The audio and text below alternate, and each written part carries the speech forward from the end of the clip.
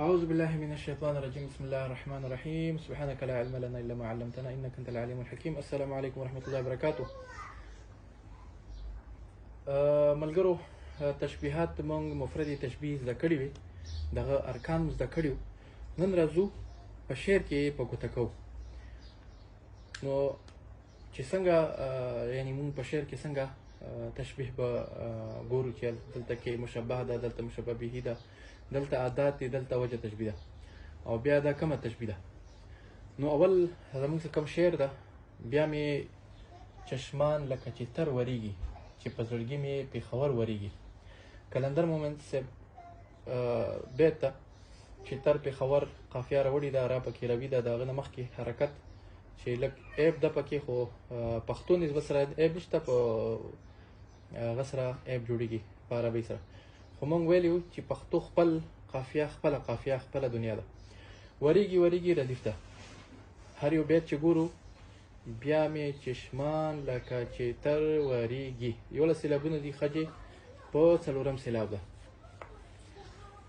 نو تشبیه به څنګه راوباسو؟ جدول مې ورته جوړ کړی ده، مشبه، مشبه به، عادات، وجه تشبیه، دا موږ سره ارکان دي. نو بیا مې چشمان لکه چې تر وریږي. چشمان یې د چې تر یعنی مطلب دا چې سترګې، بابا وایي چې زما سترګې داسې وریږي لکه چې تر میاشت. نو اوس میاشت چشمان چې کوم دی، سترګې دلته مراد دي، چشمان مشبه شو. نو دلته مونږ مشبه مونږ سره شته. لکه غوندې په شان په څیر دا عادات دي، عادات شته. چې تر په شان یې ګرځولي دي، نو چې تر مشبه به ده، چې دا هم مونږ سره شته. 3 رکنونه موجود دي. وجه تشبیه ګورو، وریږي، وریدل، نو 4 رکنونه پکې موجود دي. وجه تشبیه موږ سره شته. یعنې مطلب دا چې لکه څنګه چې تر میاشت وریږي، دغسې زما سترګې وریږي. شاعر مبالغه کوي چې زه داسې ژاړمه پېښور چې په زړه مې وریږي. دلته کې استعاره راغلې ده، استعارې باندې بیا بېله خبره کوو. دلته مفصله تشبیه راغلې ده. مشبه، عادات، مشبه به او وریږي، عادات، وجه تشبیه.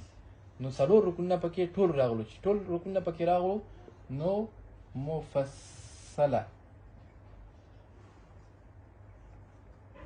مفصله تشبیه راغله. ولې چې ټول رکنونه پکې موجود دي. دویم شعر ته چې مونږ ګورو، شیدا بابا وایي چې د شیدا جنون به مات د پښو زنځیر کا. کا لفظ غریب لفظ ده، یعنې کړي کړو د لپاره استعمال شوی. دلته کړي په دغه باندې استعمال ده. که ښکاره د هغه حسن نوبهار شي. نو بابا وایي چې د شیدا چې کوم جنون ده، دا به مات د پښو زنځیر کړي. پښو زنځیر به مات کړي. مجازي الفاظ یې راوړي، خیال یې راوړی ده چې زما پښو خپې چې کومې دي هغه ولاړې دي، هلته نه ورځي. خو که ښکاره دغه محبوب حسن نوبهار په شان دي حسن چې کوم دغه ښکاره شو، نو زما پښو زنځیر به، زما جنون به مات کړي. یعنې مطلب زما جنون به داسې شي چې زما چې زه ولاړ یم یا ناست یم یا نظم، لکه یو قیدي چې پښې تړلې وي، هغه چېرته تللی نه شي. نو وایي چې زما د پښو زنځیر چې کوم ده دغسې به مات شي. نو خیال یې راوړی ده، ځان یې قیدي په شان دی ګرځولی ده. نو دلته مونږ صرف تشبیه ګورو، د استعارونه راتېرېږو. که ښکاره، ښکاره چې کوم ده د هغه حسن نوبهار شي. حسن مشبه ده، صحیح شوه. او چې مشبه شته، نو دلته کې مونږ نشان واچولو مشبه شته. نوبهار نوی موسم، نوی بهار راشي. نو مشبه به هم شته. 2 رکنونه پکې موجود دي. ښکاره، ښکاره کېدل، دلته کې وجه تشبیه هم راغله چې شته. صرف پکې لکه غوندې په شان په څیر دا نشته. نو که ښکاره لکه د هغه حسن لکه نوبهار شي. لکه لفظ چې کوم ده پکې عادات، دا پکې نشته. نو موږ ویلي هلته کې چې عادات پکې نه وي، مشبه، مشبه به پکې وي، وجه تشبیه پکې وي. نو دا به څه شوي؟ مجمله تشبیه به وي. نو دلته مجمله، نه، مؤکده تشبیه به وي. نو دلته کې مؤکده تشبیه راغله. صحیح شوه؟ مؤکده، دا مؤکده تشبیه شوه. اوس ګورو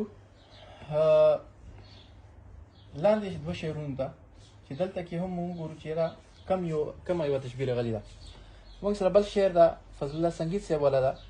زه او ته چې کله ګورو د یو بل سترګو ته داسې، ستا نظر زما نظر ته لکه لمر دغسې وي. صحیح شو. اوس دلته کې ګورو ستا نظر زما نظر ته لکه لمر دغسې وي. لکه ادات پکې موجود دي. ستا نظر زما نظر ته، ستا نظر زما نظر ته، ستا نظر چې کوم دلته کې دا مشبه ده او ادات هم پکې شته. صحیح شو. اوس مشبه به ګورو لکه لمر، لمر چې کوم دا مشبه به ده، نو مشبه به هم موجود ده. وجه تشبیه ګورو ستا نظر زما نظر ته لکه لمر دغسې وي. نو وجه تشبیه څه شوه؟ نشته. څه شی جوړېدلی شي وجه تشبیه؟ وجه تشبیه مطلب مونږ چې لمر ته سترګې غړو نو سترګې بخیږي، نظر کار نه کوي. نو دلته کې ښاغلی مبالغه کوي چې ستا حسن دومره ښکلی ده، مطلب دومره ته ښایسته یې چې ستا حسن دومره رڼا کوي لکه لمر، او چې ستا حسن ته زه چې ګورم نو زما سترګې برېښېږي لکه لمر ته چې څوک سترګې غړی. نو دلته مبالغه کوي.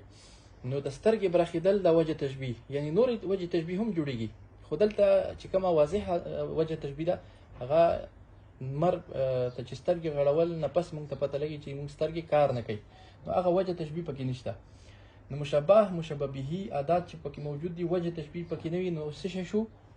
مجمله تشبیه شوه.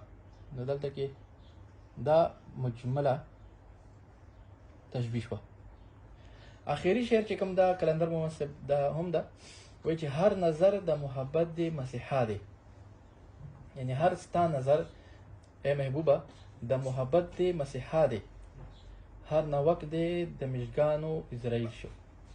اوس نظر، نو دلته کې چې وګورو هر نظر د محبت دی، نو هر نظر د محبت دی دلته مشبه موجود ده، او مسیحا طبیب کنه خیرخوا وغیره، نو مسیحا دلته کې طبیب په معنی راغلی ده. نو مشبه به هم موجود ده. لکه ادات شته نشته، وجه تشبیه شته نشته. وجه تشبیه څنګه جوړیږي؟ لکه هر نظر د محبت دی مسیحا دی، یعنی که زه چاته وایم چې ستا نظر لکه طبیب، ستا نظر طبیب ده، نو دلته لکه خو هسې نشته. وجه تشبیه څه جوړیږي؟ یاره طبیب څه کوي؟ مونږ ورته سوچ کوو یاره طبیب دا کوي چې علاج کوي، دوایي ورکوي. نو هغه وجه تشبیه چې کوم ده نشته. دلته وایي چې ستا ماته چې نظر سترګې وغړوي، ستا محبت نظر چې ماته ته چې ماته د محبت نظر سره وګورې، نو دا داسې وي لکه طبیب چې علاج کوي د چا، یو بیمار علاج کوي. نو دلته کې عقلا مونږ ته پته ورکېده چې خپل ځان مریض په شانې ګرځولی ده، یعنی د عشق مرض، یعنی زه عاشق یم او ستا د مینې محبت مریض یم، ستا مینې محبت چې کومه دا زما دوایي ده. نو دلته وی هر نظر د محبت دی، نو نظر د محبت نظر مشبه شو او مسیحا مشبه به شو. صحیح شو. نو دلته کې وجه تشبیه چې کوم ده هغه نشته، یعنی نظر د مسیحا په شانې ګرځولی ده. نظر مشبه ده او طبیب مشبه به ده. نظر څه کار ورکوي؟ د عاشق لپاره علاج کوي، او طبیب د مریض علاج کوي. نو دلته کې لکه ادات غوندې دا هم نشته، وجه تشبیه هم نشته. نو دې ته وایي بلیغه تشبیه. دا اوس بلیغه شوه. نو بلیغه تشبیه هم موږ وپېژندله چې ټول رکنونه پکې موجود دي. مشبه چې تر میاشت چې کوم برنونه پکې زیات ورېږي، دلته کې شاعر وایي چې زه داسې ژاړم لکه چې تر میاشت ورېږي. صحیح شو. او ورېدل د مشبه به ده، ادات هم شته پکې ورېږي، وجه تشبیه هم شته. نو مفصله راغله چې پکې ادات پکې نه و، ښکاره وجه تشبیه وه، حسن مشبه و، نوبهار مشبه به و، لکه ادات غوندې نشته. نو دا مؤکده تشبیه شوه. چې نظر مشبه و، لکه ادات هم پکې و، لمر مشبه به هم و، وجه تشبیه پکې نه وه، نو دا مجمله تشبیه وه. مشبه او مشبه به دواړه چې راغلو نو بلیغه تشبیه شوه. هر ناوک دی د میشګانو اسرائیل شو.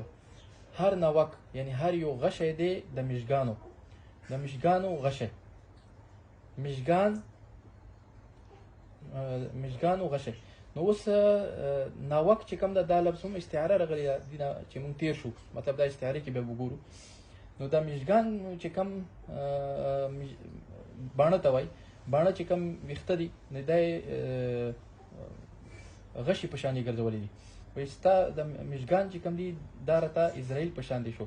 نو میشګان مشبه شو، اسرائیل علیه السلام مشبه به شو. نو وایي چې دا میشګان دي ما قتلوي، لکه څنګه اسرائیل علیه السلام انسان نه روح وباسي. وایي ستا میشګان چې کوم دي دا ما نه روح وباسي. میشګان دلته کې مجاز مرسل ذکر جز شوی د ښایست، مراد ترې کل ښایست ده، دا مجاز مرسل کې به مونږ پېژنو.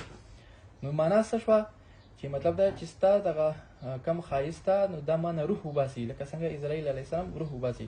نو دا مشبه به راغلی دي، وجه تشبیه عادت نشته پکې.